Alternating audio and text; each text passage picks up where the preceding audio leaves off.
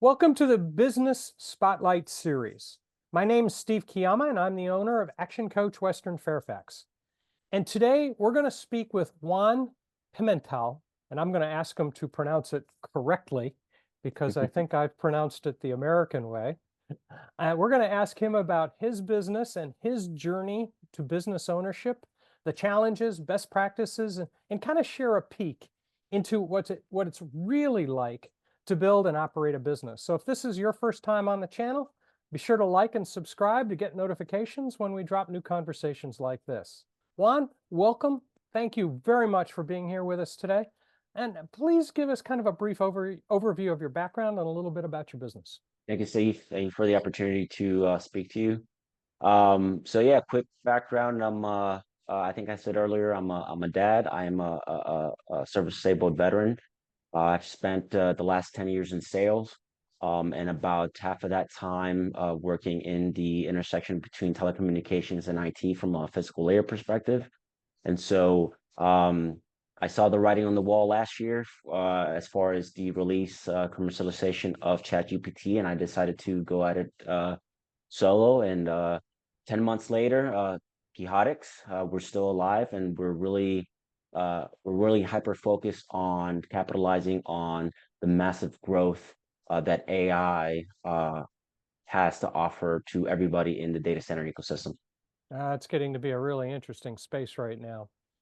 In the process of introducing your business, can you explain who do you serve and what problems do you solve for them?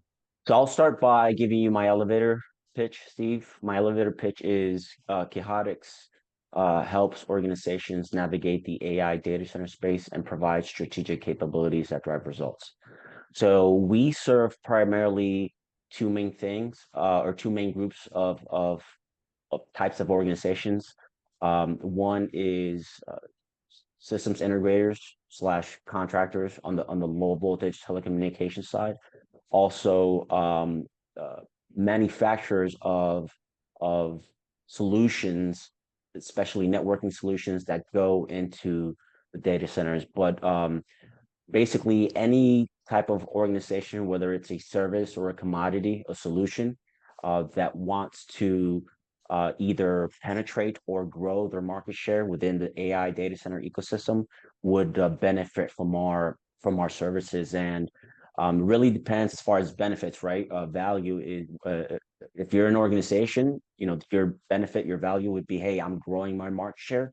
If you are an end user or an operator slash colocation, then the benefit would be, depending on what the service or solution is, it would be being competitive in the market, driving value to their customers by having the right technology solutions that will essentially either decrease time to deploy, total cost of ownership, or make it easier to manage from a systems perspective. And easier to manage also translates into less cost to operate and hopefully more profitable to operate for That's right. them. Yeah, awesome, That's awesome. correct. So let's move on to what makes your business so special. Why are you unique and why would your customers choose you? It's a great question. I think that a portion of my uniqueness comes from the fact that from the idea of being original Hmm. in itself, right? Hmm. In this industry, you essentially have the the same manufacturers selling to the same customers, selling through the same distributors, and the same contractors, all the way up to the general contractors bidding on the same exact jobs. And so I knew from the get-go that in order for someone to be successful, you kind of have to break away from, the breadline, meaning you got to stop chasing what else is chasing, and you have to be really good at creating demand.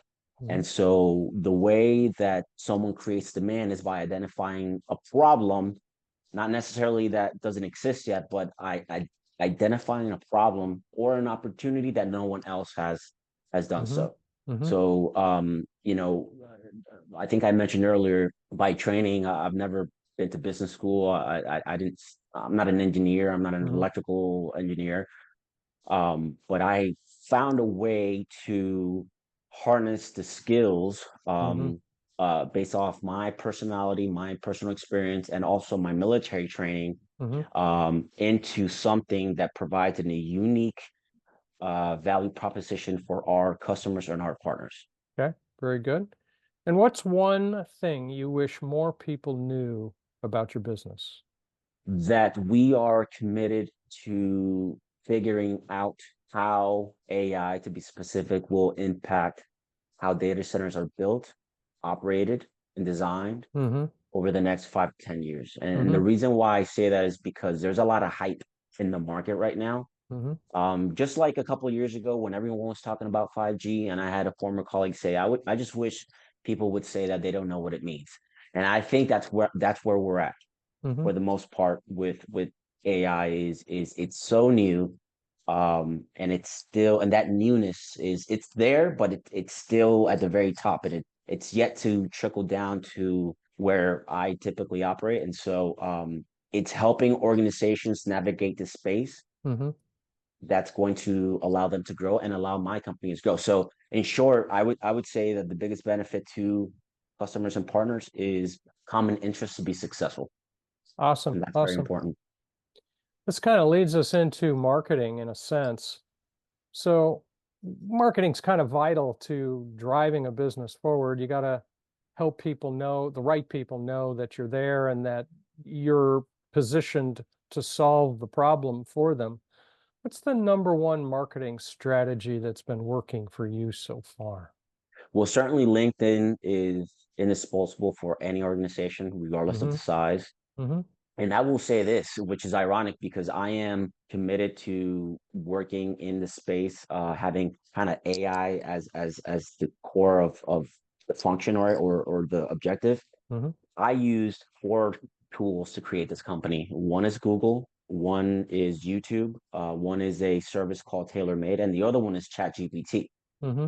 So I think that from a marketing perspective is using everything that everyone is using, but it's really more well, how do you use these new tools Mm-hmm. to give me leverage to create something when I'm only a one-man shop? Got it. And so I really wouldn't be able to do it with ChatGPT and all those other tools. Awesome. Awesome. Okay, so we focused a lot on the business. Let's talk a little bit about your journey. Sure. Why did you choose really to go into business for yourself as opposed to continue working for other people? It's a great question. I would say that is, no one is really ever going to give you what you deserve. Mm-hmm. Um, if as long as you're a W-2, you're gonna have to dance to someone else's compass, right? Mm-hmm. And I've always been very independent minded. I'm a team player, Mm-hmm. but in order for me to capitalize the opportunities that are going to be created over the next 5 to 10 years, the best way of doing that was to being solo, just being a Okay. solo player. If I'm going to work hard, Mm-hmm. I want to make sure that I receive the majority of the spoils and the Okay. benefits. All right. Fair enough. So what's the transition been like for you so far? It hasn't been bad. It hasn't been easy. So that's Mm-hmm. one of the things that I think that entrepreneurs or solopreneurs, right? That's what I consider myself, a solopreneur. I've been really thinking about that, and it's having the right support. Mm-hmm. Without my wife's support, I wouldn't have been able to do this, Mm-hmm. first and foremost. Without having the right group of professionals kind of supporting you in the ecosystem, that's key too.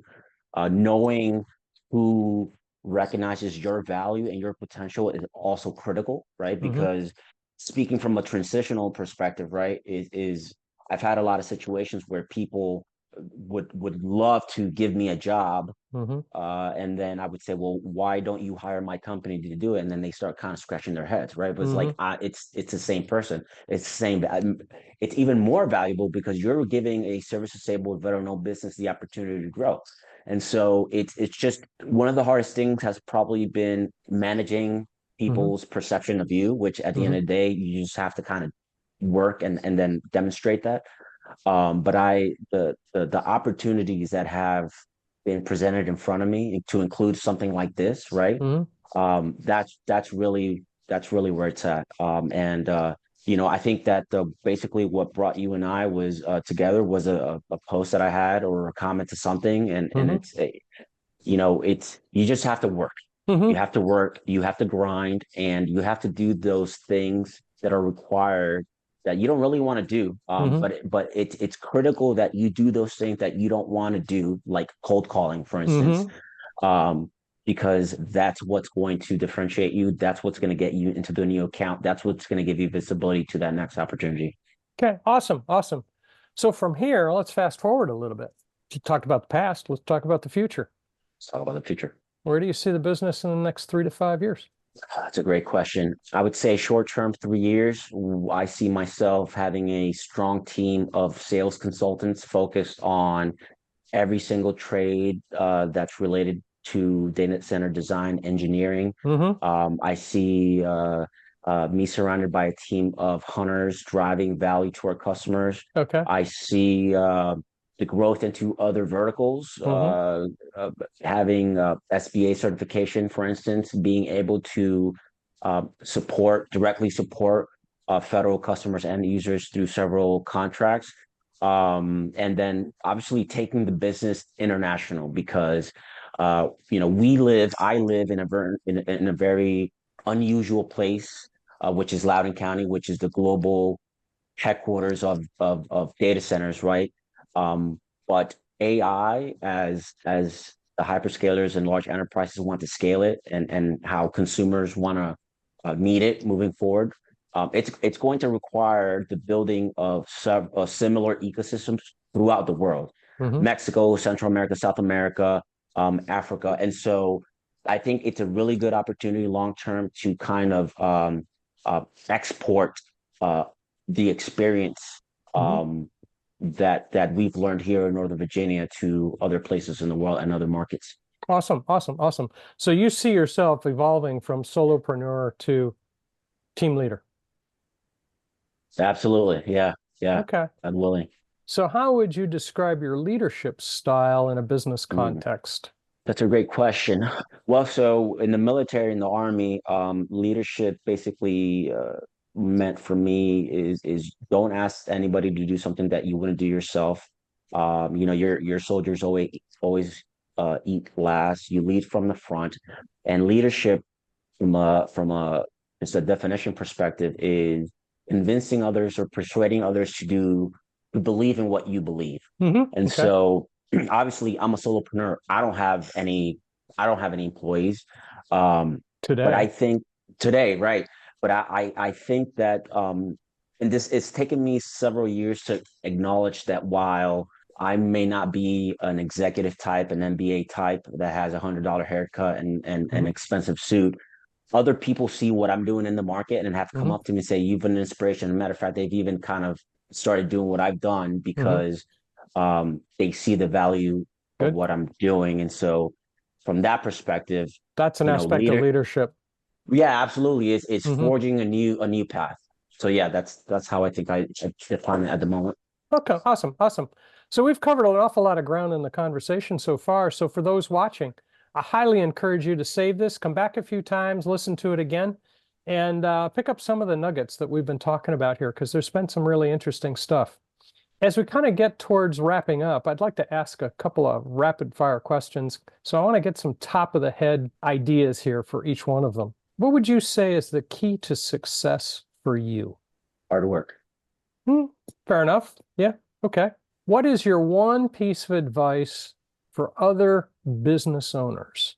I would say it needs to be a job, but it also has to satisfy your dreams. And Mm-hmm. so, my challenge to leaders of organizations and business owners is find that sweet spot where you can make money and inspire people.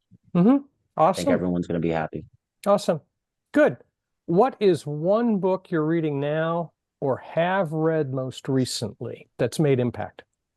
Oh, that's a great question. Jordan Peterson's 12 Rules for Life. It's Good. a great book. Awesome. Awesome. If you had to choose only one area of your business you could improve immediately, what would it be? The back end administrative things. I am a hunter. Mm-hmm. and a relationship maker, and I'm the tip of the spear from a relationship perspective. Mm-hmm. There's definitely ways that I can. I want to maximize um, the translation of sales efforts into business growth, into quite frankly, keeping most of my money. Mm-hmm. I think that's Making key this too. profitable and growing. That's right. Awesome. Awesome. What's most inspiring to you today? I thrive at doing difficult things. Mm-hmm. Um, so in one sense, I would say it's know yourself, right? Mm-hmm. There is no satisfaction in easy things. Mm-hmm. Um, Growth doesn't come from doing easy things. Mm-hmm. And so constantly finding something new, challenging, and difficult to do, that's what keeps me and my family, right? My family and my children. That's what keeps me going every single day. Awesome. Awesome answer. How can others learn more about you or your company, and how can they get in contact with you best? Yeah. So like and follow us on LinkedIn at Cohotics. Also Cohotics.com, cohoticsconsulting.com. Mhm. That's the best way of engaging and working with us. Fantastic, fantastic. So thank you very much. This has been an awesome opportunity to chat with you, Juan. I appreciate you taking the time and sharing all of the insights and progress that you've made so far. I'm looking forward to seeing you pull this off, to be honest with you. So am I. Thank you very much, Steve, for the opportunity to share my story. And yeah, definitely like and follow, subscribe to Steve's channel. Thank you very much.